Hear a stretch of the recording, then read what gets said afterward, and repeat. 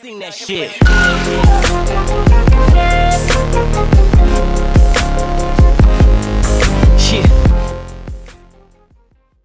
But before I hop right into it, I'd like to give a shout out to the sponsor of this video, SeatGeek. Now, I know you guys have already heard of this app, but if you haven't, I would highly recommend that you go check it out. SeatGeek is an app that takes all the confusion out of buying a ticket. Be it a game, concert, Broadway show, whatever the occasion may be, they got you. And they even give you a out of 10 score on each ticket to know if you're getting a good or a bad deal. Green good, red bad. And if you're still kind of iffy on it, if you use my promo code ModernHoops, you'll get $20 off your first purchase. And there will be a link to it in the description box below. And remember, if you use my promo code ModernHoops, you will get $20 off your first purchase. So go check them out. Yo guys, what's going on? ModernHoops here, and I am back with a brand new video. So today, just like I promised on my last video, I will be bringing you part 2 of the 10 biggest free agency signings of this decade. I'm not going to waste a lot of time with the intro, but of course make sure you hit that like button if you enjoyed this video. It really does help me out a lot, and share and subscribe for more dope NBA content. Don't forget to hit that bell to stay notified when I post a brand new fire video. And if you're feeling generous, give your boy a follow on the gram to stay updated with what's going on the channel. And I do plan on posting some dope NBA content over there, and that's a great place to get to know me more personally. But ladies and gentlemen, all that out of the way, let's get right into part 2 of this video. So coming at number 1 is Ray Allen signing with the Heat in 2012. So kinda like Kevin Durant, in 2012, Ray Allen shocked the NBA world when he left the Celtics to go to South Beach with Wade, Braun, and Bosh, and at that time the Heat was viewed as the enemy team.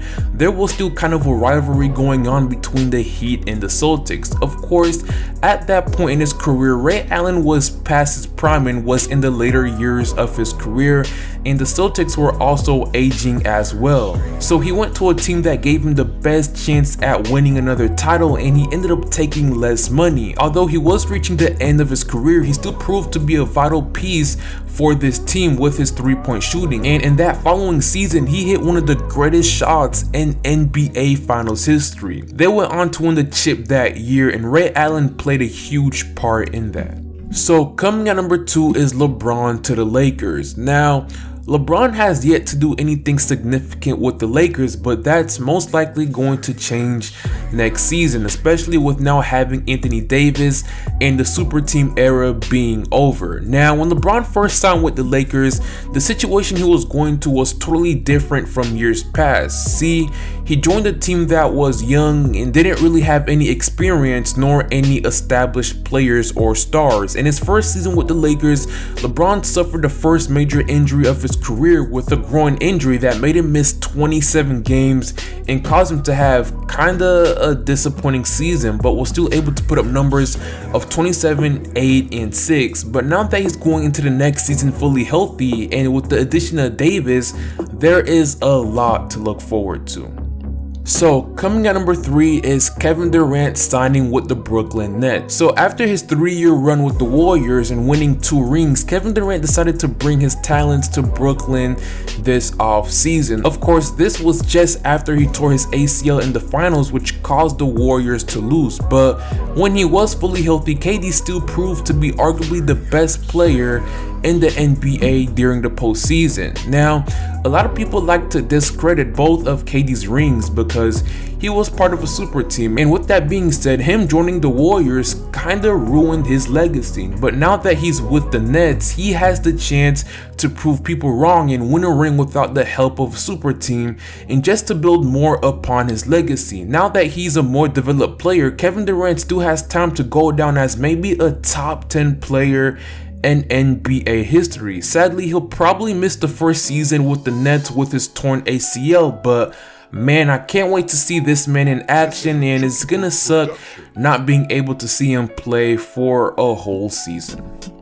But coming at number 4 is Kyrie, also going to the Nets. So after a pretty disappointing season with the Celtics and an even more disappointing postseason, it seemed like Kyrie was unhappy in Boston, so he ended up signing with the Brooklyn Nets this offseason. Now, This did kind of come up as a surprise because during the season we were mostly getting reports that both Kyrie and KD were going to the Knicks instead of the Nets. I mean, that's one of the reasons why they traded Kristaps Porzingis and Tim Hardaway Jr. to clear cap space. But once again, we all know how their offseason turned out. So yeah, the Nets were able to steal KD and Kyrie from going to the Knicks. But after a disappointing season, a lot of people seem to forget how great a player Kyrie actually is. On Boston, a lot of people needed to touch the ball, which could have affected Kyrie's game a bit. But now that KD is going to be out for a season, Kyrie has all the room next season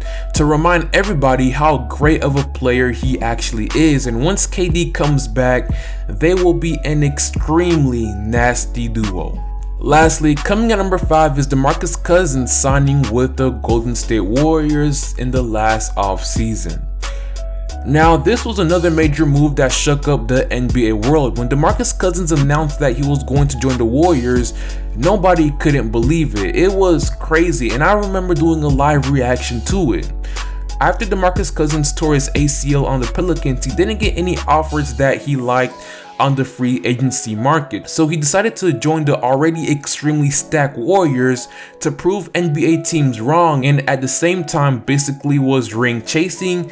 And keep in mind, prior to tearing his ACL, DeMarcus Cousins was arguably the best center in the league. Even if he didn't come back 100%, even if he were at 60%, that would have been pretty scary. But when he did come back, he was still pretty rusty, but we did see signs of how unstoppable this team could be once he was 100%. But sadly, we never got to see that, because just when things were going as planned, he went down early in the postseason with a quad injury in the same leg, and when he came back in time for the finals, the man was rusty and basically unplayable. So DeMarcus Cousins' time in Oakland didn't go as planned, but if it did, man, what a scary sight. But ladies and gentlemen, that is the end of this video, and if you didn't, make sure to go watch part 1 and let me know if there's any free agency signings I missed or you guys disagree with. I'll be reading all the comments. But once again, if you enjoyed this video, please leave a like, share, and subscribe for more NBA content. Don't forget to hit that bell to stay notified when I post a brand new fire video, and give your boy a follow on the gram. It really does help me out a lot. But I hope you guys have an amazing day, and I'll see you all later. Peace.